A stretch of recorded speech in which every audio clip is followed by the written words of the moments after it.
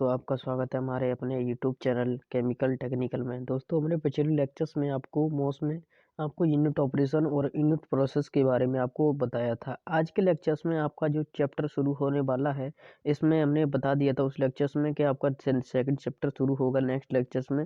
तो आपका इस लेक्चर्स में हम बात करेंगे कि जो भी आपके सॉलिड पार्टिकल्स होते हैं उनके करैक्टरिस्टिक्स के बारे में आप बात करेंगे। तो इसमें करैक्टरिस्टिक्स ऑफ सॉलिड पार्टिकल होते हैं, यानी कि मतलब छह भागों में डिवाइड कर दिया है। इसकी प्रॉपर्टीज और आगे भाग होंगे। आज हम प्रॉपर्टीज के बारे में बात करेंगे और शेष फाइव भाग जो शेष रह जाएंगे भाग, उनको 4 भाग एक उसका लेक्चर्स बनाएंगे। फिर उसके बाद जो लास्ट वाला भाग रह जाएगा उसके भी कुछ भाग हैं, तो उसमें एक लेक्चर्स में उसको कवर कर लिया जाएगा। तो आज के लेक्चर्स में हम प्रॉपर्टीज ऑफ सॉलिड पार्टिकल के बारे में बात करेंगे। जो प्रॉपर्टीज सॉलिड पार्टिकल होते हैं उनकी प्रॉपर्टीज, साइज वगैरह के बारे में आज बात करेंगे। ठीक है। वैसे तो आपको बोरिंग सा लग रहा होगा कि ये मुझे पढ़ना क्या है, ये पढ़ा क्या रहे हैं। ठीक है। बट आपको आगे सब्जेक्ट आएंगे ना, नेक्स्ट सेमेस्टर में आप आओगे, तब आपको इस सब्जेक्ट की वैल्यू पता होगी। हमें भी लगता था ऐसा, हमें भी लगता था कि हम ये क्या पढ़ रहे हैं, हमें क्यों पढ़ना है।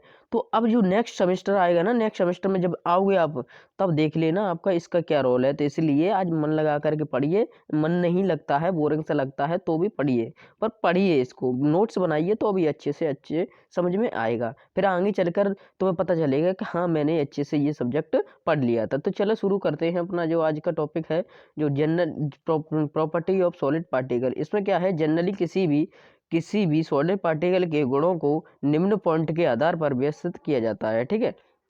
निम्न आधार पर जब कोई पार्टिकल्स होगा तो उसकी शेप होगी। शेप क्या होगी? शेप होगी, साइज होगी, डेंसिटी होगी। ठीक है। शेप, साइज एंड डेंसिटी होगी। ठीक है।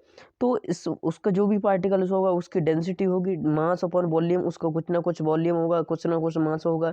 उसका साइज भी होगा भाई, उसका साइज शेप भी होगा, किस आकार में है। ठीक है। तो वही इसके बारे में हम बात करने वाले हैं इस चैप्टर में, यही पढ़ेंगे। जो कि साइज, जो भी आपका सॉलिड पार्टिकल के बारे में पढ़ेंगे इस चैप्टर में। ठीक है। मैंने बता दिया आपको। तो टाइप ऑफ पार्टिकल्स कितने प्रकार के होते हैं? निम्न प्रकार के पार्टिकल्स होते हैं। तो पहला पार्टिकल जो है आपका रेगुलर पार्टिकल्स। रेगुलर पार्टिकल्स जो इसमें क्या है आपकी, इसमें क्या होता है, शेप एंड साइज निश्चित आकार की होती है। जैसे हमने कोई भी बनाया, जैसे हमने ये बना दिया आपका चतुर्भुज। कोई गट्ठा ले लिया लकड़ी का, इसका बना दिया 4 आकार का, ये चतुर्भुज बना दिया। तो इसका देखिए आप, इसका शेप होगा। ठीक है, स्फेरिकल। तो अब इसमें क्या कह रहा है, स्पेरियर। स्पेरियर क्या कह रहा है, स्पेरियर क्या होता है आपका, स्पेरियर होता है आपका, तो स्पेरिकल मतलब गोलाकार। तो हम चलो गोलाकार लेते हैं, इसमें नहीं कह रहा है, चलो हम गोलाकार ले लेते हैं। जैसे हमने ले लिया, कोई गोला ले लिया। ठीक है। ये गोला हो गया आपका। फिर इसमें क्या होगा आपका, इसमें क्या है, इसकी कोई ना कोई साइज है, इसका निश्चित साइज है। इसका जो भी ये सेंटर से जितने भी एरिया, जो त्रिज्या होगी वो सेम होगी। ठीक है।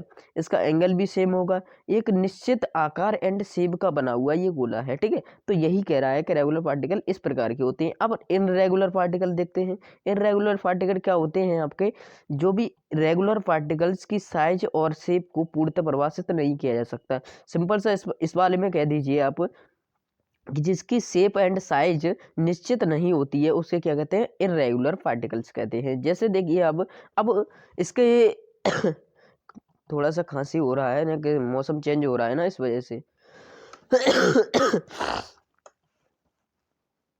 अब सिंपल सा इसके भाग जो भी हैं, इसके रूल्स देख लेते हैं। इसके डायामीटर जितने भी है इसके देख लेते हैं। यदि सॉलिड पार्टिकल की लेंथ को डायामीटर के रूप में प्रदर्शित किया जाए, मतलब क्या कह रहा है, इस किसी भी लेंथ को डायामीटर के रूप में प्रदर्शित की जाए तो उसको कैसे प्रदर्शित करेंगे। तो देखिए, जैसे कि आपको दिया है, जैसे वॉल्यूम दिया है ए। जैसे वॉल्यूम आपको पता है उसकी क्या होता है, लंबाई गुणा चौड़ाई को क्या कहते हैं, विड्थ, और ए हो जाए। ठीक है। ये 3 होती हैं, लंबाई गुणा चौड़ाई गुणा ऊंचाई, हाइट।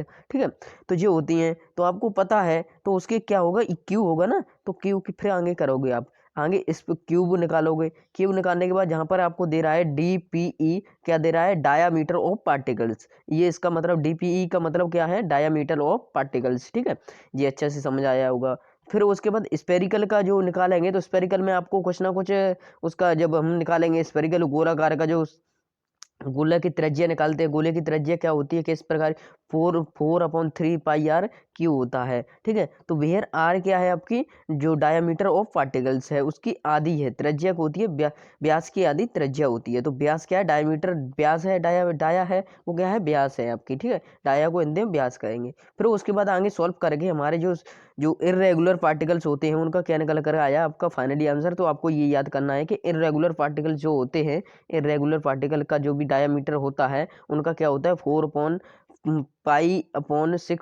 DPE की घात क्यू होता है। ठीक है, ये हो गया। फिर उसके बाद spherical area of particles, spherical area of particles के बारे में तो आपको पता होता है, एरिया क्या होता है आपका, एरिया होता है लंबाई गुणा चौड़ाई होता है, वृत्त मतलब। ठीक है, तो ये होता है उसका स्क्वायर होगा, तो स्क्वायर के बारे में बात करेंगे आज। ठीक है, तो इसमें क्या होगा आगे, स्पेरिकल 4πr³ होगा। ठीक है, सिंपल सा होगा। फिर उसके बाद आगे जो सॉल्व होगा आपका, ये सॉल्व हो रहा है देखिएगा, जैसे आपका ये सॉल्व हो रहा है ना, ये सॉल्व हो रहा है। ठीक, तो इसको सॉल्व करें, सॉल्व किया, फिर उसके बाद आगे जो प्रोसेस निकल कर आया वो देखिए, वो क्या निकल कर आया देखिएगा। जैसे यदि द्रव पार्टिकल के सरफेस एरिया एंड वॉल्यूम का अनुपात द्रव पार्टिकल के क्या है आपका, द्रव पार्टिकल के एरिया और वॉल्यूम का अनुपात रेशियो किया जाए तो, मतलब क्या कह रहा है इसमें, जो द्रव पार्टिकल है आपका उसका जो कि शेप पार्टिकल्स होगा और वॉल्यूम पार्टिकल, उसका रेशियो करवाना है। ठीक है, सिंपल सा आपसे कह रहा है, जो area shape spherical particle and sorry surface particle and volume particle का एरिया करवाएगा, जब रेशियो करवा रहा है तो इसका रिलेशन क्या निकल कर आएगा वो हम आपको बताते हैं। देखो, इसका जो स्पेरिकल और वॉल्यूम का जो इसका क्यूब में निकालेंगे तो क्यूब में इतना निकल कर आया था। ठीक है, क्यूब में निकाला था, स्पेरिकल में निकाला था जब हमारे शेप वर्टिकल पार्टिकल इन दोनों का रेशियो निकालना है ना, क्यूब और स्पेरिया का। ठीक है, क्यूब मतलब वॉल्यूम। ठीक है, तो इसका इसका ये निकल कर आया था। तो सिंपल से आप निकालोगे तो इनका रेशियो निकाल लेंगे तो आगे ये आपकी थ्योरी दे रहा है, थ्योरी आप पढ़ लोगे, ये मुझे पता है थ्योरी पढ़ लोगे, थ्योरी पढ़ के आपको अच्छे से समझ नहीं आएगा जब तक आपको कोई समझाने वाला नहीं होगा। तो इसलिए समझ लें, फिर वो थ्योरी आप लर्न कर लें, वो आपके ऊपर डिपेंड, थ्योरी आपको आपके ऊपर डिपेंड करेगा कि थ्योरी आप याद कर लोगे। तो थ्योरी से अगर किसी किसी की कैपेसिटी होती है थ्योरी पढ़ के वो समझ लेता है, उसकी वो हम कह नहीं सकते। ठीक है, हमारा थोड़ा वॉल्यूम भी चेंज हो रहा है क्योंकि मौसम चेंज हो रहा है, तो इस वजह से सर्दी जुकाम सब कुछ हो गया है हमको। ठीक है, तो इसमें क्या होगा, 4 इरेगुलर पार्टिकल, पहले रेगुलर पार्टिकल देखा था, अब 4 इरेगुलर पार्टिकल में शेप निकाल रहे हैं तो इसका क्या निकलेगा। तो इसमें देखो, पहले इसका जो पढ़ लेते हैं, ऊपर यह थ्योरी रह गया, सॉरी उसके लिए माफी चाहूंगा। ठीक है, देखो ये थ्योरी रह गया आपका, इसमें क्या कह रहा है, थ्योरी में आपसे कह रहा है कि इस प्रकार के हम देखते हैं कि सॉलिड पार्टिकल की शेप निश्चित आकार की होती है, अर्थात रेगुलर शेप होती है, इसकी सरफेस एरिया वॉल्यूम का अनुपात स्थिर होता है। मतलब ये क्या कह रहा है, अब समझाऊं, देखो इसकी जो आपने क्यूब निकाला उसका भी सेम निकला, इसका भी ये सेम निकला। तो हमारा जो रेगुलर पार्टिकल क्या कर रहा था, शेप एंड साइज दोनों का क्या होगा, समान होगा, एक निश्चित आकार का होगा। तो ये निश्चित आकार के हैं, बस यही डेफिनेशन है, आपने याद कर लो यहाँ से। ठीक है, फिर उसके बाद हम इरेगुलर पार्टिकल की डेफिनेशन, तो ये देखिए, यदि सॉलिड पार्टिकल इरेगुलर पार्टिकल है तो उसका सरफेस एरिया एंड वॉल्यूम निम्न प्रकार होगा। ठीक है, तो इसका इस पर ही जो सरफेस पार्टिकल्स होंगे उनका डायमीटर जो भी निकला, जो भी एरिया निकला उनका ये निकला। ठीक है, और जो वॉल्यूम पार्टिकल्स होंगे उनका ये निकला। ठीक है, तो इनमें आपको डिफाइन यहीं से हो गया कि आपका जो ये निश्चित नहीं है। नाउ द रेशियो ऑफ दोनों में रिलेशन निकालेंगे। ठीक है, रिलेशन निकालने के बाद आपका ये क्या निकल कर आया, देखिए 6VA और डायामीटर पार्टिकल्स ऑफ डायामीटर फिर निकल कर आया। तो वेयर ए एंड बी जहाँ आर कांस्टेंट। ठीक है, आर कांस्टेंट मतलब ए एंड बी जो है यहाँ पर कांस्टेंट वैल्यू है। ठीक है, इसकी निश्चित मात्रा निश्चित मान होते हैं। फिर उसके बाद आपका ये सिंपल सा रिलेशन निकल कर आया, तो देखिए आपको ये रिलेशन निकल कर आया 6A/DPA। ठीक है, तो ये इससे क्या सिद्ध होता है कि हमारा जो शेप एंड साइज पार्टिकल्स होते हैं, ठीक है, शेप एंड साइज पार्टिकल होते हैं वो क्या होते हैं, निश्चित नहीं होते हैं, उनका आकार निश्चित, शेप एंड साइज निश्चित नहीं होता है। ठीक है, निश्चित नहीं होता है। ठीक है, तो आपको यहाँ से डेफिनेशन सब कुछ डिफाइन हो गया होगा। तो नेक्स्ट लेक्चर्स में आपको हम जो आपके आज हमने डिस्कशन किया प्रॉपर्टी ऑफ सॉलिड पार्टिकल, और नेक्स्ट लेक्चर्स में आपको 4 जो भी आपके शेष भाग होंगे 4 को एक एक लेक्चर लेकर आएँगे और फिर उसके बाद जो कि लास्ट वाला भाग है इसका रह जाएगा, सो चैप्टर खत्म हो जाएगा आपका चैप्टर नंबर 2 छोटे-छोटे चैप्टर्स हैं। आपको इसमें सॉलिड के बारे में सॉलिड पार्टिकल पढ़ाएँगे, इसमें टोटल सॉलिड पार्टिकल के बारे में पढ़ेंगे, ठीक है? और जो शेष इसका चैप्टर जो भाग रह जाएगा उसको हम क्या करेंगे, उसके भाग हैं कुछ 4-5 भागों में उसको डिवाइड किया, तो हम कह रहे हैं हमने सोचा कि उसका एक अलग लेक्चर बना देंगे, ठीक है? तो मैं उम्मीद करता हूँ आपको ये लेक्चर बहुत ही अच्छा लगा होगा, अच्छे से समझ आया होगा, तो अपना नोट्स भी एवरीडे बना रहे होगे जैसा कि मैं आपको प्रोवाइड करा रहा हूँ, तो आप साथ ही साथ नोट बनाने चलेंगे तो आपको बहुत ही अच्छे से समझ आएगा एंड नोट्स आपके एग्जाम के टाइम बहुत ही काम देने वाले हैं। तो मिलते हैं नेक्स्ट लेक्चर्स में, तब तक के लिए जय हिंद, वंदे मातरम।